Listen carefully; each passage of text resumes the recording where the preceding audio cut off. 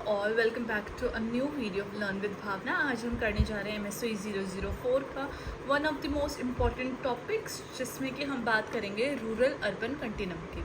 जब हम बात करते हैं रूरल अर्बन कंटिन्यूम की, तो ये कंसेप्चुअल फ्रेमवर्क है जहाँ पे ये हमें हेल्प करता है ताकि हम सोशल, इकोनॉमिक और कल्चरल वेरिएशंस अंडरस्टैंड कर सके, जो कि रूरल एरियाज़ में कैसी है और उसके कंपैरिजन में अर्बन सेंटर्स में वो कैसे निकल के आई हैं। जब हम बात करते हैं रूरल और अर्बन स्पेसेस की, जो कि बहुत ज़्यादा एक दूसरे से अलग हैं और सेपरेट है, लेकिन वो एक साथ कैसे को एग्जिस्ट कर रहे हैं, वेरियस डिग्रीज क्या है अर्बनाइजेशन की और रूरल कैरेक्टरिस्टिक्स कैसे हैं। तो ये जो सोशोलॉजिकल पर्सपेक्टिव है वो हमें हेल्प करता है कि जो भी कॉम्प्लेक्स रिलेशन है between urban and rural environment, इनको हम अंडरस्टैंड कर सकें, ये कितने डाइवर्स है और इनके बीच में क्या कनेक्शन है सोशल स्पेसेस के बारे में, उसको हम अंडरस्टैंड कर सकें। So starting with defining the rural urban continuum. तब जब हम बात करते हैं रूरल अर्बन कंटिन्यूम की, तो वो चैलेंज करता है जो भी ट्रेडिशनल डाइकोटमी है, जो पोर्ट्रे करते कि रूरल और अर्बन स्पेसेस म्यूचुअली एक्सक्लूसिव और अपोजिंग कैटेगरीज में है। इंस्टेड ये बोलता है कि जो एग्जिस्टेंस है ऐसे स्पेक्ट्रम की, ऐसे सेटलमेंट्स की, लैंडस्केप्स की जो कि हाईली रूरल है टू फुल्ली अर्बनाइज्ड एरियाज, वो कैसे आ रही है। एक तरफ तो कंटिन्यूम की क्या है, हमें रिमोट विलेजेस मिलते हैं, राइट, जो बिल्कुल अलग हैं, पिछड़े हुए हैं और बिल्कुल अलग बसे हुए हैं, हर एक चीज़ से वो बिल्कुल दूर हैं। एग्रीकल्चरल कम्युनिटीज़ हैं जहाँ पे लिमिटेड इंफ्रास्ट्रक्चर है और स्मॉल पॉपुलेशंस है।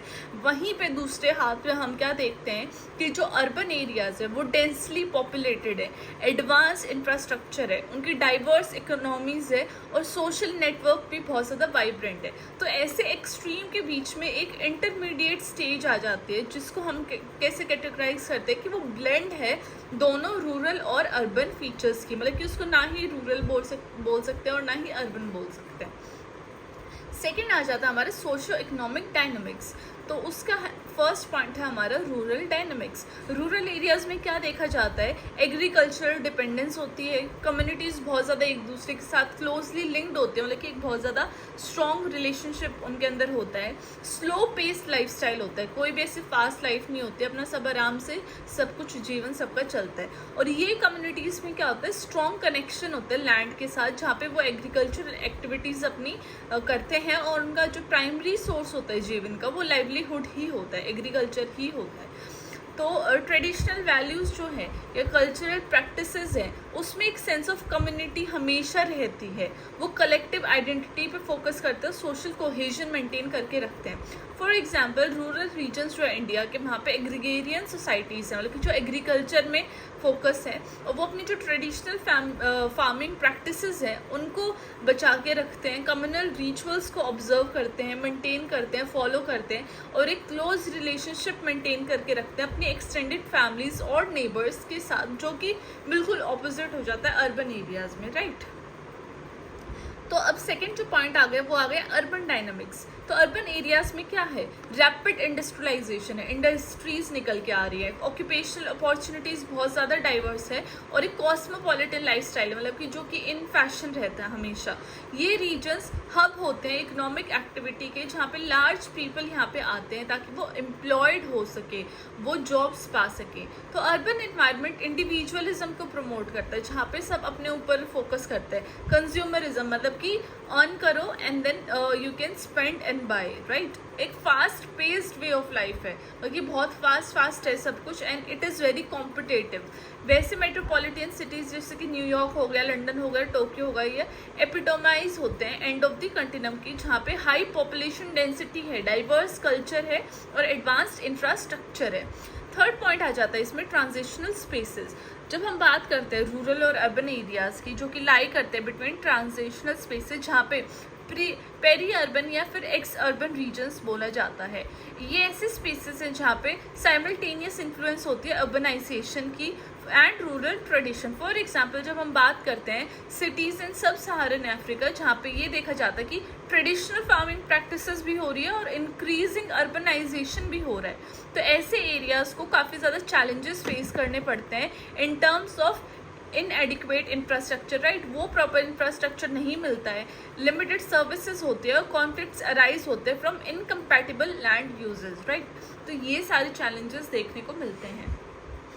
थर्ड पॉइंट आ जाता है हमारा डेमोग्राफिक पैटर्न्स। तो रूरल अर्बन कंटिन्यूम में क्या होता है, ये डेमोग्राफिक पैटर्न्स को बहुत हद तक अफेक्ट करता है, बिकॉज यहाँ पे इंक्रीजिंग पॉपुलेशन है, राइट। पॉपुलेशन डिस्ट्रीब्यूशन बहुत ज़्यादा पुअर होता है, माइग्रेशन होती है, सोशल मोबिलिटी होती है। तो इसमें आ जाता है हमारा फर्स्ट पॉइंट पॉपुलेशन डिस्ट्रीब्यूशन के ऊपर। तो जो डिस्ट्रीब्यूशन ऑफ पॉपुलेशन है अक्रॉस रूरल अर्बन कंटिन्यूम वो यूनिफॉर्म नहीं है, इक्वल नहीं है। रूरल एरियाज में लोअर पॉपुलेशन डेंसिटी है क्योंकि वहाँ पे लिमिटेड एम्प्लॉयमेंट अपॉर्चुनिटी है, इंफ्रास्ट्रक्चर इतना अच्छा नहीं है और जियोग्राफिकल कंस्ट्रेंट्स है, राइट।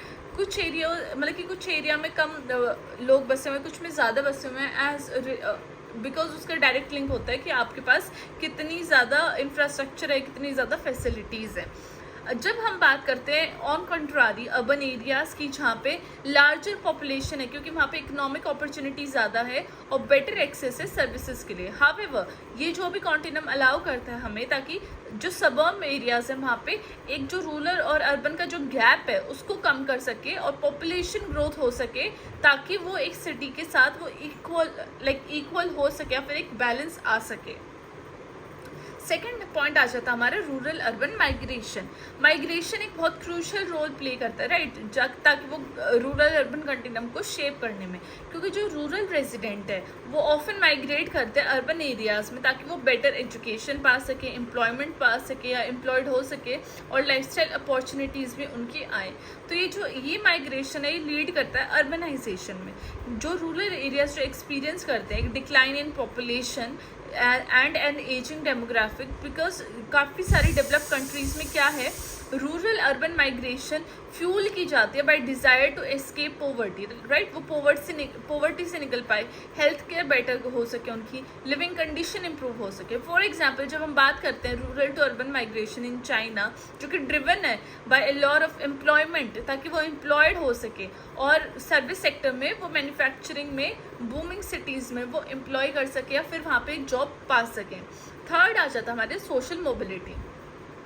तो रूरल अर्बन कंटिन्यूम में ये देखा गया है कि ये सोशल मोबिलिटी पैटर्न से काफ़ी ज़्यादा इन्फ्लुएंस होता है, बिकॉज जो अर्बन एरियाज़ है वो ज़्यादा डाइवर्स और अपवर्डली मोबाइल अपॉर्चुनिटीज़ लेके आते हैं ताकि लोगों को बेटर लाइफ मिल सके और एम्बिशियस इंडिविजुअल्स वो उस प्लेस में आके बसते हैं। इन कॉन्ट्रास्ट रूरल एरियाज़ में क्या है उनको बहुत ज़्यादा चैलेंजेस फेस करने पड़ते हैं बिकॉज वहाँ पे लिमिटेड रिसोर्सेज होते हैं, एजुकेशनल अपॉर्चुनिटीज़ इतनी नहीं होती है और सोशल मोबिलिटी भी बहुत कम होती है जिससे कि जो पॉवर्टी है वो बहुत ज़्यादा बढ़ जाती है और अपवर्ड मोबिलिटी की चांसेस बहुत कम हो जाते हैं। हावेवर ये इंपॉर्टेंट हो जाता है कि सोशल मोबिलिटी वो जियोग्राफिकल लोकेशन के ऊपर नहीं होती है डायरेक्टली लिंक्ड, उसमें और भी ज़्यादा फैक्टर्स इंक्लूडेड होते हैं जैसे कि क्लास, रेस, जेंडर और ये सारे जो कॉन्सेप्ट्स है वो ही अर्बन अपवर्ड मोबिलिटी लेके आ सकते हैं और अपॉर्चुनिटीज़ ला सकते हैं इंडिविजुअल्स के लिए।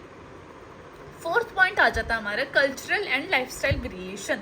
तो कल्चरल डाइवर्सिटी कैसे है रूरल अर्बन कंटिन्यूम में कि जब डिस्टिंक्ट कल्चर प्रैक्टिस और नॉर्म्स है वो डिफरेंट तरीके से डिफरेंट उनका रोल होता है, डिफरेंट उनके डिग्रीज होते हैं। जब हम बात करते हैं रूरल एरियाज़ में तो वहाँ पे वो रूरल एरिया के लोग अपने traditional customs, rituals, collective identities को अपने बहुत ज़्यादा क्लोज रखते हैं, राइट। वहाँ पे कल्चरल प्लूरलिज्म आ जाता है, कॉस्मोपॉलिटनिज्म आ जाता है, राइट। वो अपना जो कल्चर है उसको संभाल के प्रिजर्व करके रखते हैं। फॉर एग्जाम्पल जब हम बात करते हैं रूरल अर्बन कंटिन्यूम की इन नाइजीरिया तो वो दिखाते हैं कि रूरल फेस्टिवल्स और इंडिविजुअल बिलीफ की जो कल्चरल प्रैक्टिसेस हैं वहाँ से वो मल्टी कल्चरल और डाइवर्स अर्बन कल्चर पाया गया है इन सिटीज़ लाइक लेगोस और अबूजा। मतलब कि जो बहुत ज़्यादा ट्रेडिशनल और मॉडर्न है उन कल्चर पे ज़्यादा फोकस होने लगा है इन सिटीज़, राइट। अब सेकंड पॉइंट आ जाता है हमारे लाइफस्टाइल चॉइसेस। जब हम बात करते हैं कि जो रूरल अर्बन कंटिन्यूम है वहाँ पे ये इन्फ्लुएंस होता है बहुत ज़्यादा कि लाइफस्टाइल चॉइसेस कैसी हैं लोगों की, वो क्या प्रेफर करते हैं। फॉर एग्जांपल अर्बन एरियाज़ में क्या है वाइड रेंज ऑफ एमेनिटीज़ हैं जिसके एंटरटेनमेंट ऑप्शन बहुत हो गए, कंज्यूमर गुड्स हो गए, catering to diverse taste and interest, बहुत ज़्यादा फैसिलिटीज़ हो गई। तो अर्बन लाइफस्टाइल ऑफन किससे एसोसिएट किया गया है, इंडिविजुअलिज्म से, मटीरियलिज्म से और एक पर्सनल फुलफिलमेंट वाले कॉन्सेप्ट से।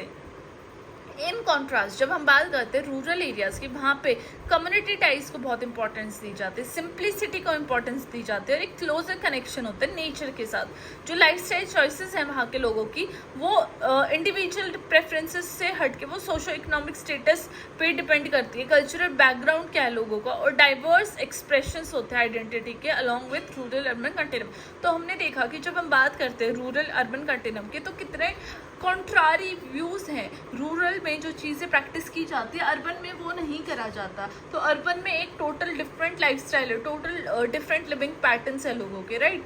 तो ये चीज़ें हमने देखने को मिली। नाउ एट द एंड मैंने ये अपना आंसर कंक्लूड किया कि कैसे जब हम बात करते हैं रूरल अर्बन कंटिन्यूम की, तो वो क्रूशल हो जाता है ताकि हम कॉम्प्लेक्स सोशल डायनामिक देखें जो कि हमारी सोसाइटी को शेप करते हैं, राइट।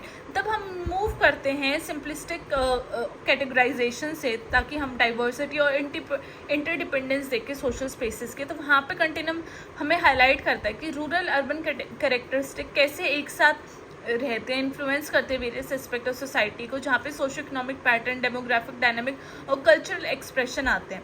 तो ये सारे एग्जांपल जब हम देखते हैं तो हम अपनी मल्टीफेसेटेड नेचर या सोसाइटी को अप्रिशिएट करते हैं। सोशियोलॉजिकल एनालिसिस इसलिए इम्पॉर्टेंट हो जाता है ताकि policy maker, urban planners and researchers वो वैल्यूएबल इंसाइट दे सके और एक कॉन्टेक्स्ट स्पेसिफिक इंटरवेंशंस लेके आ सके, ताकि जितने भी चैलेंजेस है, हार्नेसेस है, अपॉर्चुनिटीज़ जो अराइज हो रही है इस डायनेमिक सोशल लैंडस्केप के, तो उसको वो सारी चीज़ें रीच कर सकें।